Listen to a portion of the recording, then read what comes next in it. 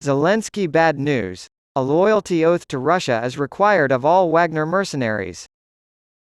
Workers for Wagner and other Russian private military contractors are being urged by President Putin to pledge allegiance to Russia. Everyone helping the Ukrainian military, serving in territorial defense units, or otherwise taking part in armed conflict is subject to the decree. The order, which he signed last Friday, went into effect at once. This comes 2 days after it was widely reported that key Wagner leaders had perished in a plane crash. According to Natia Seskaria, associate fellow at the Royal United Services Institute, Putin wants to have tighter control on Wagner to ensure he won't be facing another crisis in the future. It shows that Putin is becoming less willing to take chances. The order comes after a plane thought to be carrying Wagner mercenary fighters leader Yevgeny Prigozhin crashed on Wednesday, killing all 10 people on board. As part of what the decree calls forging the spiritual and moral foundations of the defense of Russia, those who take the oath swear to obey the orders of their superiors. According to Petro Burkovsky, director of the Ukrainian think tank the Democratic Initiatives Foundation, this is a concealed message to military intelligence to find and prosecute Wagner fighters, as he told the BBC. He also implies that it sends a strong message to the combatants. It's standard procedure for many armies, and they swore an oath in the past too.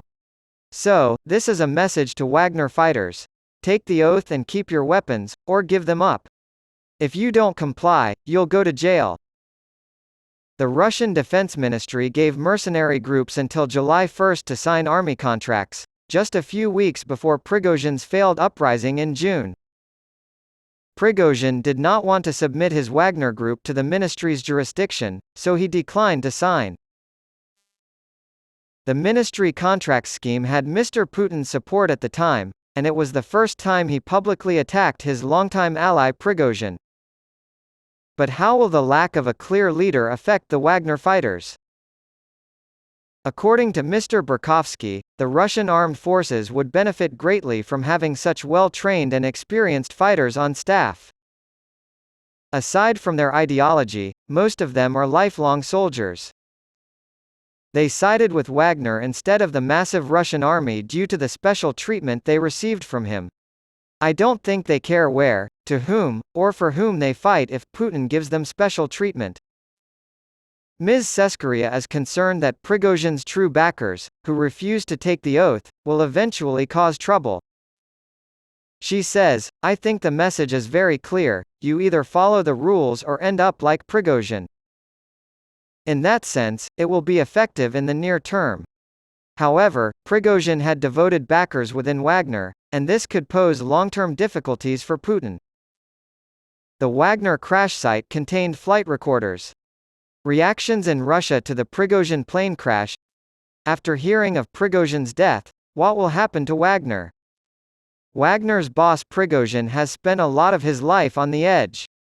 Meanwhile, air defense systems were able to shoot down drone attacks on the Moscow and Belgorod regions early on Saturday morning, according to Russian officials. Neither injuries nor property loss were reported. For a few hours, all flights from Moscow's 3 major airports were grounded.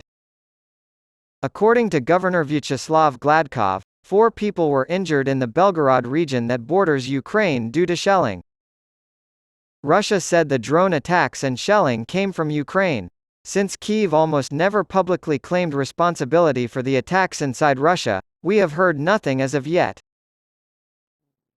Russia shelled a Ukrainian village near the northeast town of Kupiansk, resulting in 2 deaths and 1 injury, according to the governor of Kharkiv's region.